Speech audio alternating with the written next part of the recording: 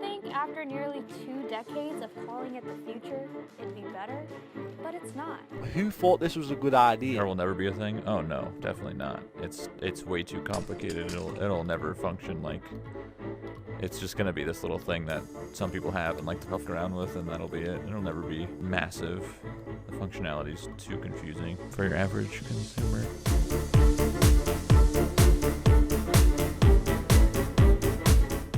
Boomer, often used in a humorous or ironic manner to call out or dismiss out-of-touch or close-minded opinions.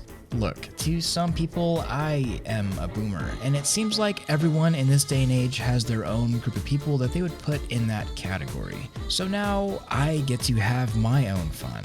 VR has the world's attention right now due to some of the biggest game announcements we have ever seen. And over the years, there have been some notions made about the platform in general that are either completely outdated or outright false claims. So this video isn't to attack or directly make fun of people stating their opinions on VR. It's to shut down the misinformation that has been spread and respond from the point of view of someone that has actually put the time in VR to see where it's going and how far that we've come. Context is everything, and I want to be clear that some of the views here are old, but the stigma is still present, which is why I'm here.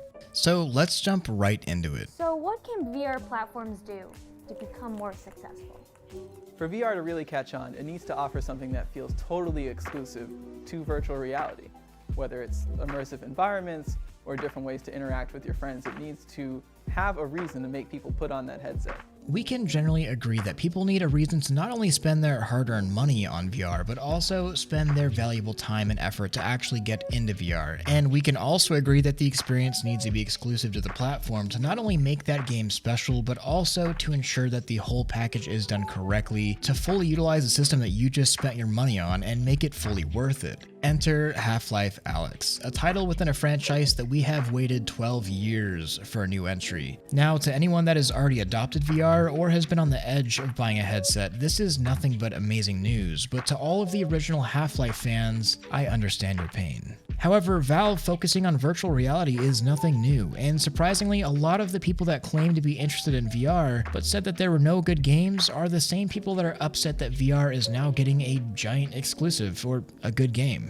Imagine spending $1,000 to just play a couple of games. Well, first of all, it doesn't have to be $1,000. You can easily pick up a Rift S or Quest or Vive and get an extremely similar experience, assuming you already own a decent PC. Also, I spent $500 on a Switch and extra controllers and a game just to play Mario Party with some friends. Is that a problem all of a sudden as well? Don't you guys have phones? I mean, VR. All these years of waiting, fan-made Half-Life videos on YouTube, and Gaben decides to milk most loyal fanbase with VR? Well, you know what? Stuff it, Gaben.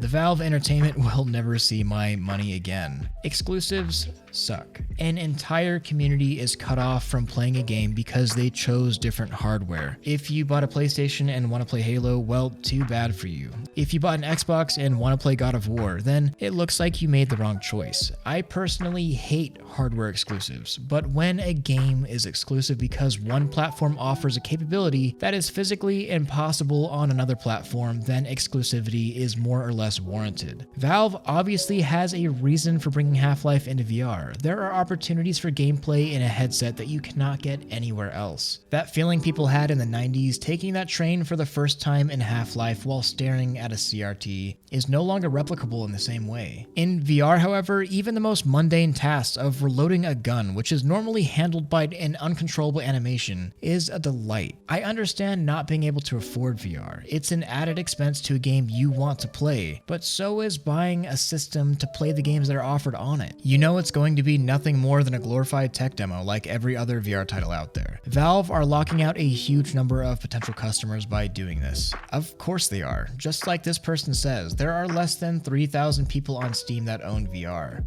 Wait.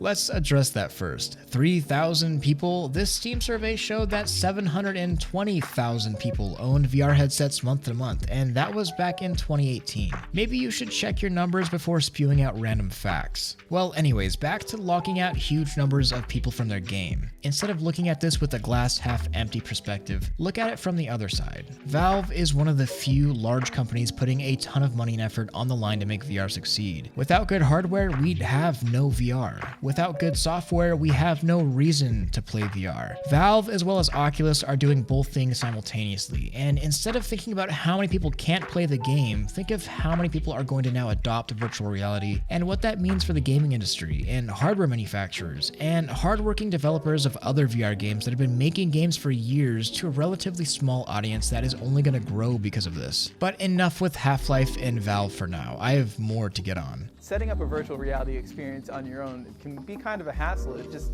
takes a lot of time, and even once you've spent it, you might not know what you want to do. Maybe play some games? That's a thought.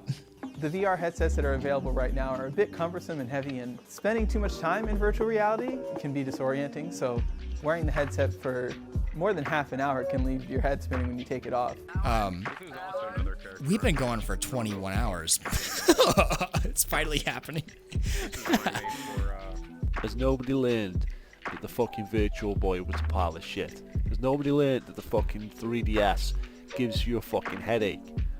Has nobody learned that 3D TVs are shit and that 3D cinema screenings are fucking pointless and total bullshit?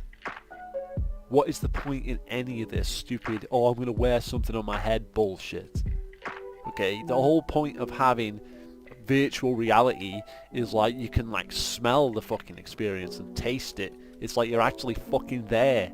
Well, the only thing that I could smell from this guy is the shit spewing from his mouth. Why do I need to pay an extortionate amount of money to move my head inside a ship cockpit? Maybe it's because this is absolutely badass and just about the best way you could experience games and experiences like it. I don't know about you and staring at a monitor, but moving my hands and head around a cockpit while entering an alien atmosphere is a little more immersive. You need to be able to move your arms and your legs and shit. Check.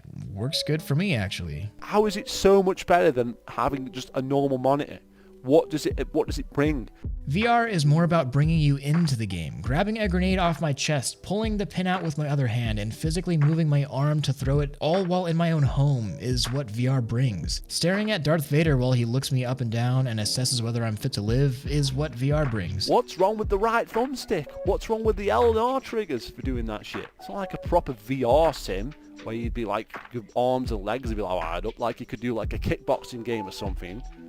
But then again, what's the point? You could just do actual kickboxing. Okay, well, let's see how long I last reenacting this in real life. Yeah, why don't I just grab some lightsabers and smash some blocks while I'm at it? Or single-handedly stop robots from destroying humanity once the singularity comes. I understand the occasional gimmick from VR games, replicating real-life situations that don't need replication, but that's where VR is cool. Literally anybody can be a ThrillSeeker and do things that they would never be able to do in real life, with zero actual danger. The only thing you could use like VR thing for is fucking sex.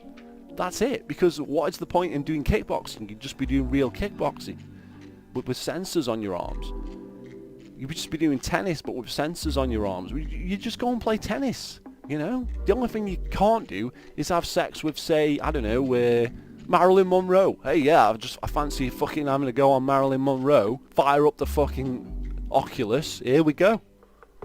That's fucking it. What else? What other useful fucking thing is it useful for? You got me there. Fortunately, in VR, you can always be safe. I guess there's no STDs, no risk of pregnancy, so yeah, useful, I suppose. I bet this guy is just having a blast in VR Kanojo right now. Just whatever you do, don't tell him about the synthetic skin. Well, here's a comment from a boomer, but an actual boomer, not the figurative joking boomer that I'm talking about now. And this guy has a very solid point. You know, I'm old, like really old. And you know, all this VR bitching reminds me of the bitching some people did back in the day about having to buy a dedicated graphics card to play a game. Why do I need to buy a graphics card to play Quake? I already have a PC. Why would I need to buy a graphics card? All my DOS games work. Why isn't this working? It was so frustrating seeing all those people. This is how VR is now, and I'm feeling the same frustration again. Oh, and by the way, the same happened with the mouse, believe it or not. I remember people bitching about using a mouse in shooters like Doom or Free Space.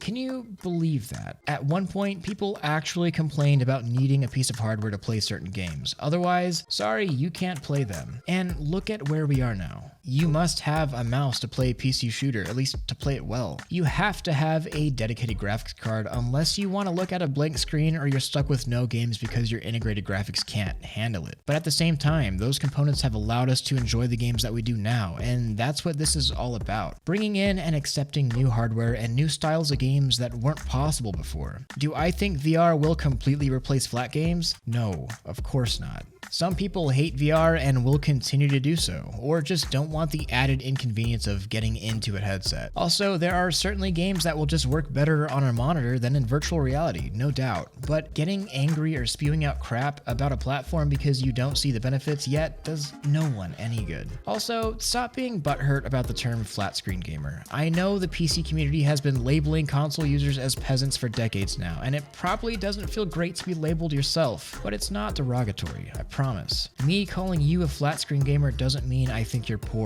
or stupid for not having VR. It's just a descriptive term for people that have not yet jumped into the world that we, as VR lovers, have enjoyed all this time. Don't take offense to something like this that was never meant to be offensive. Just don't be a boomer about it. I know that we have all heard something ear-catching about VR before, especially recently with all the attentions. So what are some dumb things that you've heard circulate regarding it? Thank you to everyone that you see here for being an amazing Patreon supporter, especially our Omegas like Skeleto. I couldn't be doing any of this without you. Also, join in my Discord and become a true ThrillSeeker today, and we can continue this conversation. Well, thanks for watching. Don't forget to like this video if you loved it, subscribe if you want more of this, and hit that freaking bell if you just can't live without it. Much love, Thrill out.